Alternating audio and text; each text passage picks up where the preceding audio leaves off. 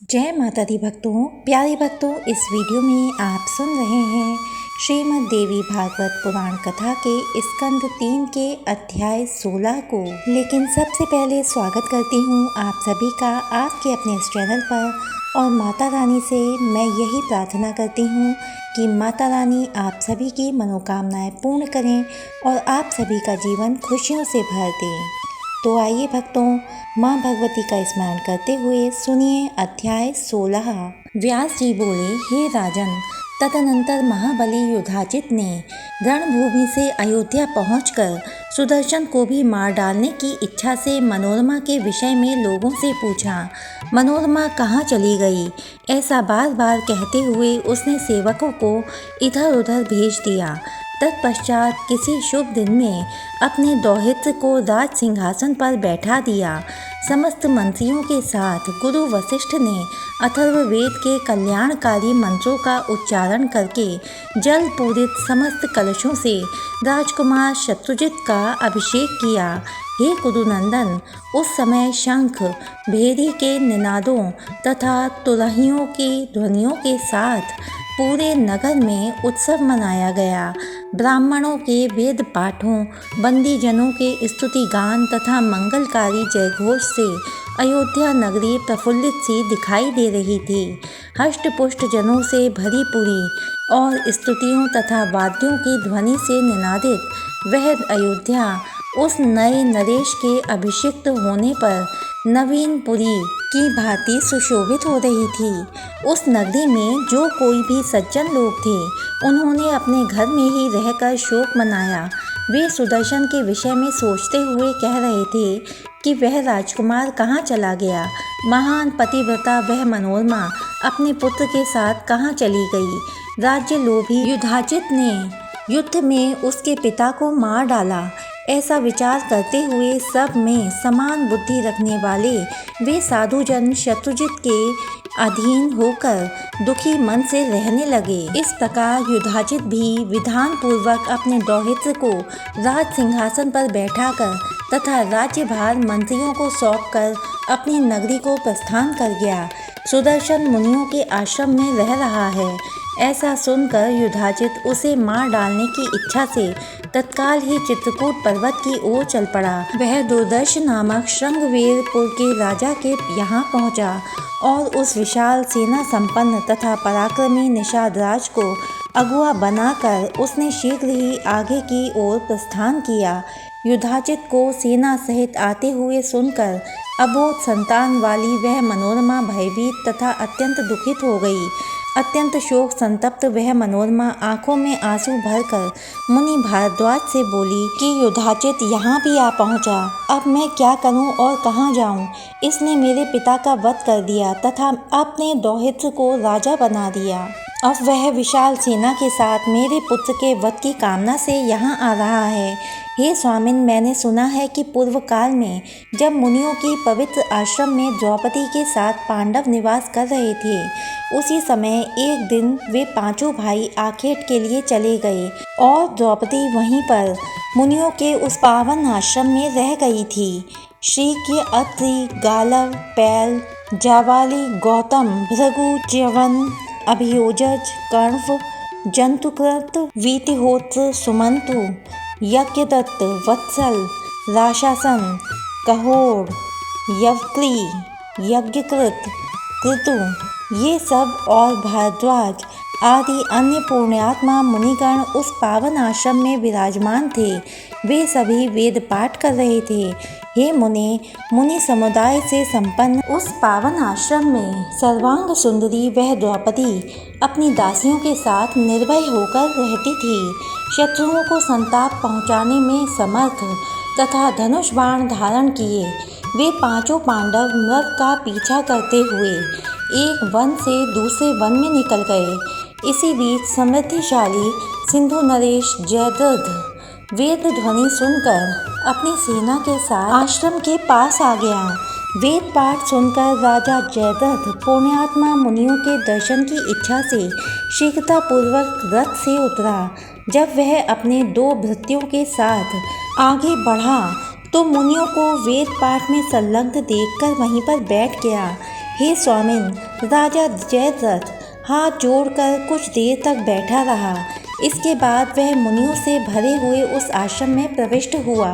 तत्पश्चात मुनियों की पत्नियां तथा अन्य स्त्रियां वहां बैठे हुए राजा जयद्रथ को देखने की इच्छा से वहां आ गईं और लोगों से पूछने लगीं, यह कौन है। उन्हीं स्त्रियों के साथ परम सुंदरी द्रौपदी भी आई थी।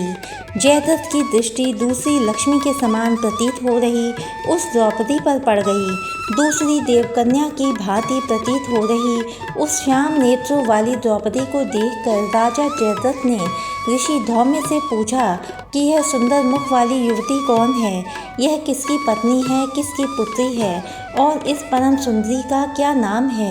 रूप तथा सौंदर्य से संपन्न यह स्त्री तो धरा पर उतर कर आई हुई साक्षात इंद्राणी की भांति प्रतीत हो रही है। यह स्त्री बबूल के वन में स्थित लवंग लता तथा कुरूपा राक्षसियों के समूह में सचमुच रंभा के समान प्रतीत हो रही है। हे महाभाग, आप सच सच बताइए कि यह स्त्री किसकी पत्नी है।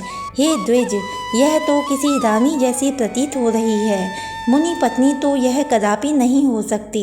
धौम्य बोले, हे सिंधु राजेंद्र, समस्त शुभ लक्षणों वाली यह पांडवों की प्रिय भार्या तथा पांचाल नरेश की पुत्री द्रौपदी है।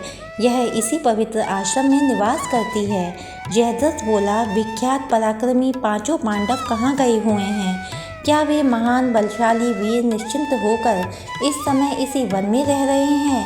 धौम्य बोले, पांचों पांडव इस समय रथ पर आरूढ़ होकर आखेट के लिए वन में गए हुए हैं। वे राजागण मध्याह्न काल में मृगों को लेकर आ जाएंगे। मुनि का यह वचन सुनकर वह राजा जयद्रथ अपने आसन से उठा और द्रौपदी के पास जाकर उन्हें प्रणाम करके इस प्रकार बोला, हे परम सुंदरी, आप सकुशल तो हैं ना? आपके पतिगण कहाँ गए हुए हैं? आपको वन में निवास करते हुए आज 11 वर्ष बीत चुके हैं।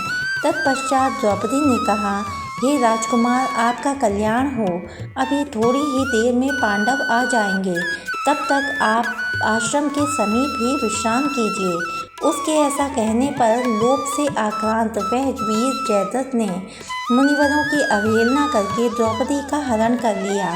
मनोरमा ने कहा, हे स्वामिन, अतएव बुद्धिमान लोगों को चाहिए कि वे किसी पर भी विश्वास न करें। ऐसा करने वाला व्यक्ति दुख को प्राप्त होता है।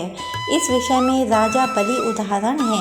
विरोचन पुत्र राजा बलि वैभव संपन्न, धर्मपरायण, सत्य प्रतिज्ञ, यज्ञकर्ता, दानी, शरणदाता तथा साधुजनों के सम्मान्य थे। प्रहलाद के पौत्र वे राजा बलि कभी अधर्म का आचरण नहीं करते थे। उन्होंने दक्षिणा युक्त 99 यज्ञ किए थे। फिर भी सत्वगुण की साक्षात मूर्ति योगियों द्वारा सदा आराधित तथा विकारों से रहित भगवान विष्णु भी देवताओं का प्रयोजन सिद्ध करने के लिए कश्यप से उत्पन्न हुए और उन्होंने वामन का कपट वेश धारण करके छल पूर्वक उनका राज्य तथा सागर समेत पृथ्वी ले ली। विरोचन के पुत्र बलि एक सत्यवादी राजा थे। मैंने तो ऐसा सुना है कि भगवान विष्णु ने इंद्र के लिए ही यह कपट किया था।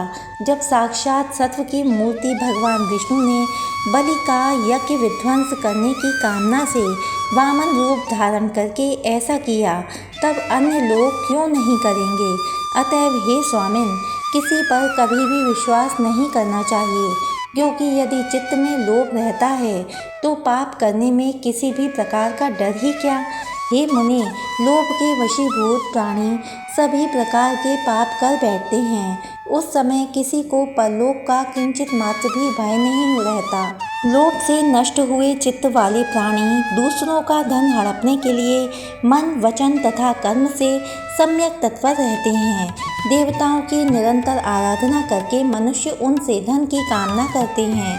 यह निश्चित है कि वे देवता अपने हाथों से धन उठाकर उन्हें देने में पूरी तरह से समर्थ नहीं हैं, किंतु व्यवसाय, दान, चोरी अथवा बलपूर्वक लूट आदि किसी भी माध्यम से मनुष्य का अभिलषित धन उन देवताओं के द्वारा दूसरे के पास ला करके उन्हें दे दिया जाता है। विक्रय करने के लिए पर्याप्त धान्य तथा वस्त्र आदि का संग्रह करके वैश्य इस भावना से देवताओं की पूजा करता है कि मेरे पास विपुल धन हो जाए। हे परंतप, क्या इस व्यापार के द्वारा दूसरों का धन ग्रहण करने की उन्हें इच्छा नहीं होती? वस्तु का संग्रह करने के बाद से ही वह भाव महंगा होने की इच्छा करने लगता है। हे ब्राह्मण, इस प्रकार सभी प्राणी दूसरों का धन ले लेने के लिए निरंतर तत्पर रहते हैं, तो फिर विश्वास कैसा? लोभ तथा मोह से घिरे हुए लोगों का तीर्थ, दान, अध्ययन सब व्यर्थ हो जाता है। उनका किया हुआ वह सारा कर्म न करने के समान हो जाता है। अतः हे महाभाग, इस युधाजित को घर लौटा दीजिए।